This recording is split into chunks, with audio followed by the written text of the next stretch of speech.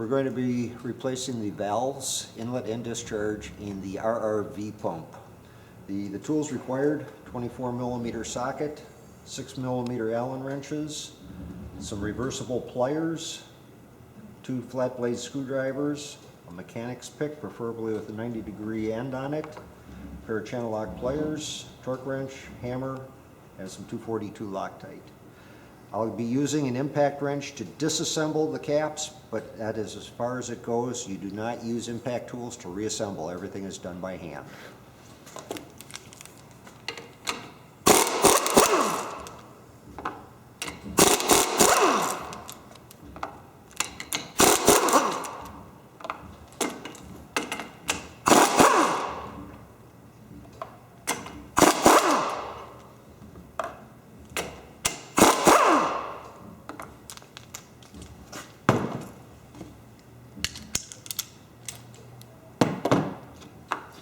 The inlet valves, discharge valves are identically the same. You can use the pair of needle nose pliers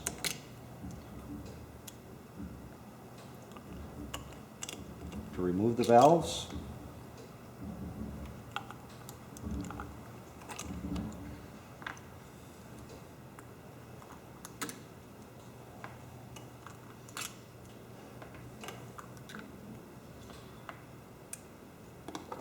Once the valves are removed, the next step will be using the 90-degree pick to remove the O-rings. They'll simply just pull straight out.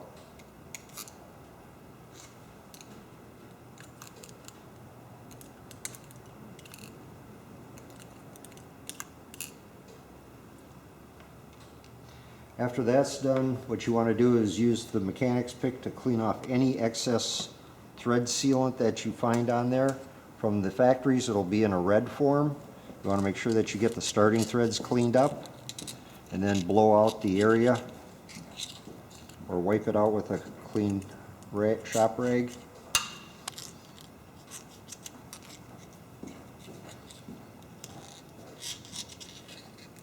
If you fail to clean this Loctite out of this area, or thread locker out of this area off the starting threads, when you go to start the valve caps back into place, it's possible to cross thread the caps and the head.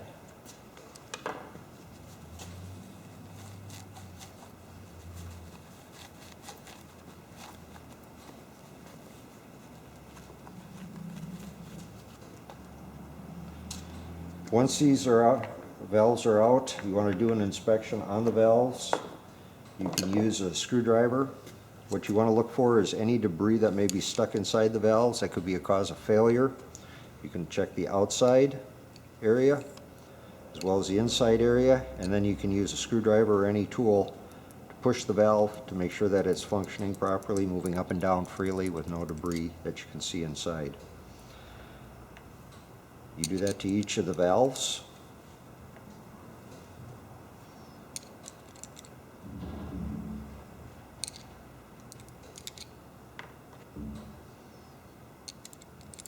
In this case, all the valves are free.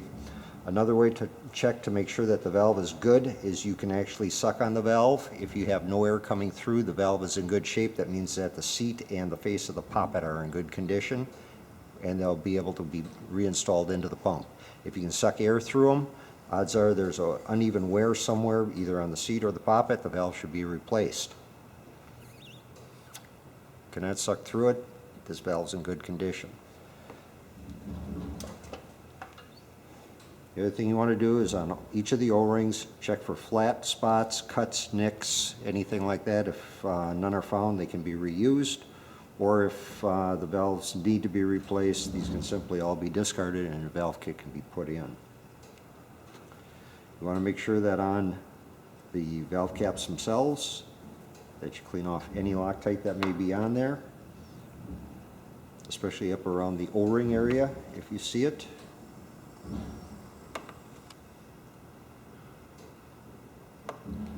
You're also checking for fraying of the valve caps or the O-rings.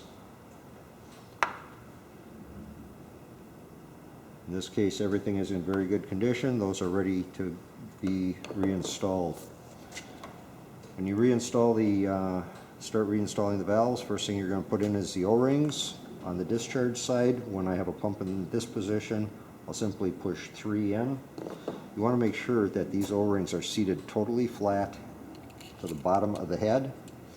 You can use your mechanics pick to push them down into place, your fingers to push them down into place, but they need to be flat down inside.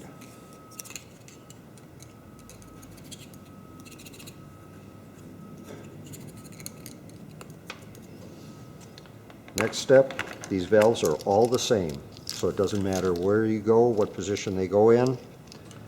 You can drop each valve in, and you want to go back and seat them, pushing them firmly and squarely into position. Once that's finished, you can proceed to start putting the valve caps back on. With the 242 Loctite, you're going to start at the bottom of the thread. Put enough so that when you thread this in, it'll give a nice even coating around the cap.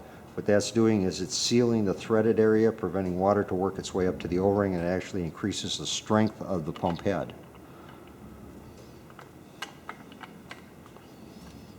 You do one at a time because the Loctite starts to set up as soon as you engage it into the threads. And you torque the valve caps into position. In this case, it's 478 inch-pounds of torque.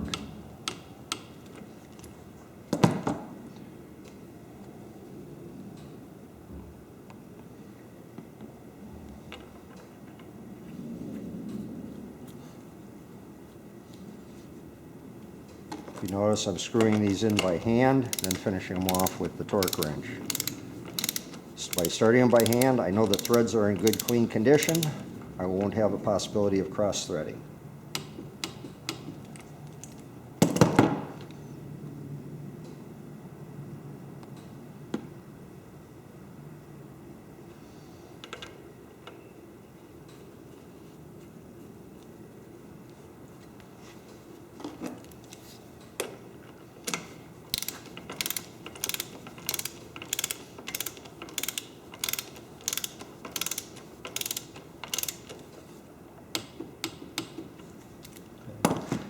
The way this pump is mounted, it simulates a pump on a pressure washer on a cart. You can generally replace the valves on there. There's enough room. Now, when you go to do the inlet valves, you have to be careful to make sure that everything is seated correctly because you're working at an angle and these valves can tend to fall away. First thing you're going to do is make sure that your O-rings are in and seated completely down. Again, you can use your mechanics pick to make sure that they're fully seated into place.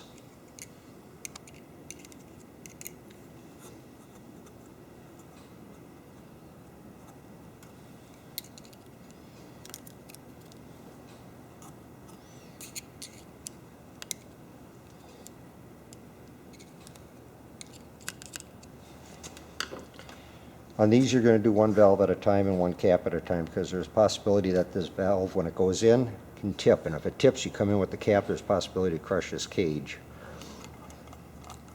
So you want to put one end nice and square,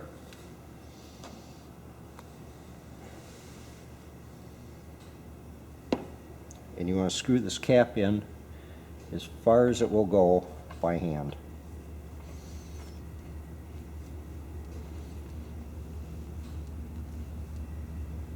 That way you're going to be seated against the valve. There's very little chance of it falling out until you get it completely secured.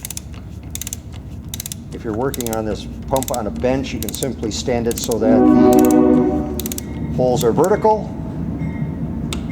and you can do all three at one time.